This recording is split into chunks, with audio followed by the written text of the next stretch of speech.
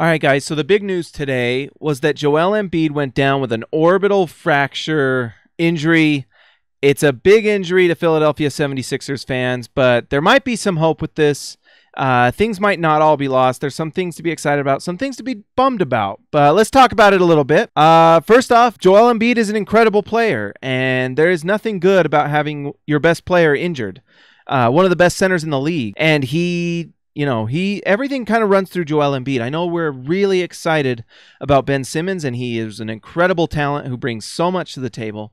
Has been an incredible defender, passer, just offensive threat, rebounder as well, triple-double threat every night. But Joel Embiid is the beast inside. He helps them score on offense, and he's a Defensive Player of the Year candidate, and it hurts. Having Embiid go down it sucks. So the first thing you think about when you have this type of injury is how long is it going to be? Zach Lowe says it's going to be a 2 to 4 week injury. Some of those injuries, with whether it's 2 weeks, 4 weeks, kind of depend on what time of year it is. So if this is the first of the year, it's probably leaning towards more 4-week injury. Because there's about a week and a half till the playoffs start, it's probably going to be a 2-week injury. For example, I write about the Utah Jazz. I talk about the Utah Jazz a lot. Rudy Gobert had 2 big injuries this year to his knee.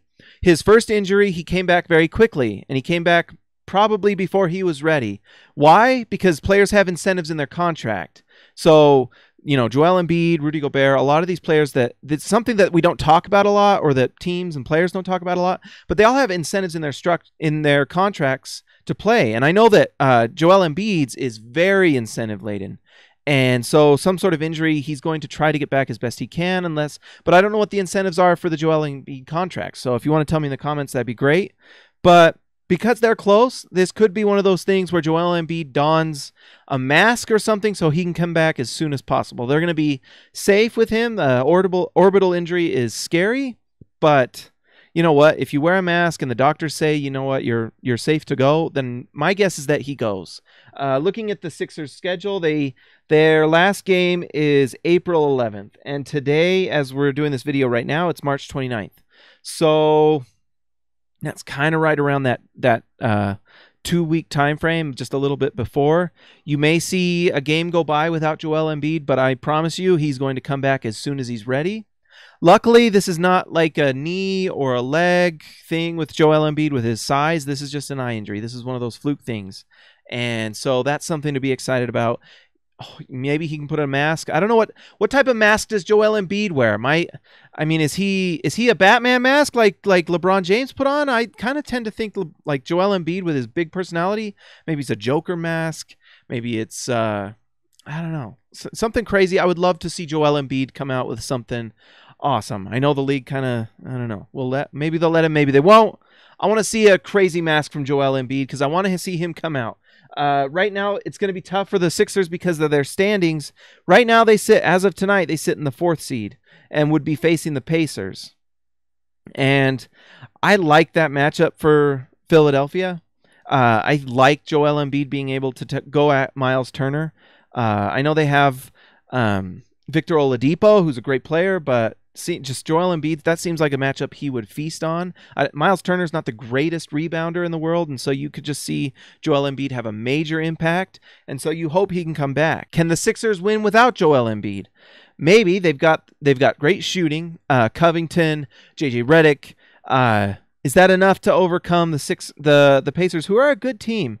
The Pacers don't scare me that much, but they're one of those teams that just wins games without, they win more games than you think they would, and they play really hard, and they score, and honestly, you want to get Joel Embiid back as soon as you can to win that game.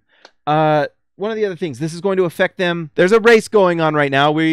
Back and forth, Jazz fans and Philadelphia fans have gone back and forth about Ben Simmons and Donovan Mitchell, but there is a little bit of a debate between Joel Embiid and Rudy Gobert with the Defensive Player of the Year. With this injury, he loses about, let's see, how many games left for the Sixers? They've got 8 games left, so that's another 8 games missed for Joel Embiid. This may take away the Defensive Player of the Year, and that sucks. It's a relatively close race with Rudy Gobert. One of the advantages that Embiid had was that he plays more games. Now it's going to be pretty comparable because Joel Embiid has missed games this year. Some of it's been just for time for just to make sure he comes back healthy and doesn't play too many games at the start of the season. But I think he's been allowed to just play as many games as we want. I could be wrong. Let me know, Sixers fans. I know you're going to let me know what I said wrong. You can let me know in the comments. But it's probably not going to get the Defensive Player of the Year. You never know. You never know. It may be that people think that, with comparable amount of games missed with Rudy Gobert, Joel Embiid may, who knows. But missing that many games and with how much respect and recognition Rudy Gobert has gotten for the DPOY, he might have lost it with his injury, which sucks. You like to see players go against each other with 100% health, let the best man win. He may not get that now because he's missing these last 8 games. But like I said, Joel Embiid's going to come back in 2 weeks, and that's because he wants to win. And if this is middle of the season, he probably sits out a few weeks because they're in the Eastern Conference and they can probably get a few wins whether he plays or not. But now that you're in the playoffs, you want to get to that next step. And the Sixers are a legitimate threat to go to the Eastern Conference Finals and maybe the Finals as well. The Cleveland Cavaliers, I am not convinced that they're going to go to the Finals this year, let alone the Eastern Conference Finals. You've got Boston, Philadelphia, the Toronto, all great teams that are well coached and can beat the Cavaliers. Obviously, you've got LeBron James, and you never count out LeBron James. Not just the best player in the Eastern Conference, best player in the NBA. But when you look at Philadelphia, who's got Joel Embiid and Ben Simmons, both Joel Embiid going to be a perennial All-Star every year. Ben Simmons right now fringe All-Star, probably going to be a perennial All-Star starting next season. They can beat that team. And they're exciting, and that's exciting for Sixers fans to have such young talent like Ben Simmons who can win playoff series already. The process worked. Anyone who says anything against the process is incorrect. The process worked. And I'm happy for you Sixers fans. You got what you waited for. All the painful years of losing and just seeing a team go out there that was not going to win it's now coming back. And now you got Markelle Fultz coming back. And let me tell you about Markelle Fultz. So I covered Utah Jazz Summer League and saw Markelle Fultz play. And I'm telling you, he was incredible. His ability to get anywhere, like in Utah Jazz Summer League, and you're seeing it now with him coming back the last few games, his ability to get anywhere on the floor is impressive. And if he can just get comfortable, get his confidence with his shot, make sure his shoulder is completely healthy, kind of let water under the bridge with that whole strange situation, he looks really good. And he looks like he did in Summer League. And if he can do that, and he's getting assists while he does it, but if he can get that shot down and just be kind of a threat with his shot, his ability to get anywhere on the floor and finish at the rim is impressive. The Sixers are here. They have arrived. This is kind of the prologue. If this was a fantasy novel, this season's kind of the prologue, but it's an impressive prologue, and things are just only going to get better. For them, it's just health. Can Markelle Fultz just kind of get right mentally and physically? Can Joel Embiid stay healthy? It looks like maybe he can. One thing with Joel Embiid, and I'll just talk about it right now, that the weight's got to go down a little bit. Bigs that weigh over 265 pounds, it's hard to stay healthy. It's just difficult. And so you hope that Joel Embiid can just keep that weight down and last a long time because his talent is phenomenal. It's incredible talent. And then, of course, we all know Ben Simmons, who is a triple-double threat every night, incredible passer, defender, and rebounder. And honestly, there have been times where I've thought about the rebounding with Ben Simmons. It matters. It's important. It helps you win games because we all know that on defense, it's not a complete defensive possession until the rebound is made. And so if you've got Joel Embiid and Ben Simmons and whoever other bigs or guards are out there are rebounding, if you can complete that rebound, it completes the defensive possession. Because the worst thing is playing 24 seconds of great defense and then having an offensive putback. It's killer.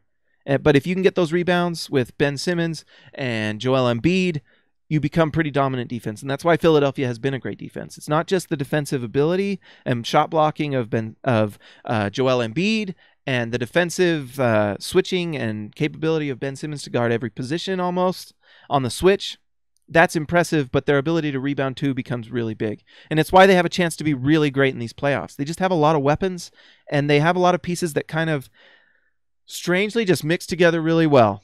And so I'm rooting for Joel Embiid to come back because it's an exciting Philadelphia team, and I believe he will. Let's just hope that his facial fracture can get better. Get better, Joel Embiid.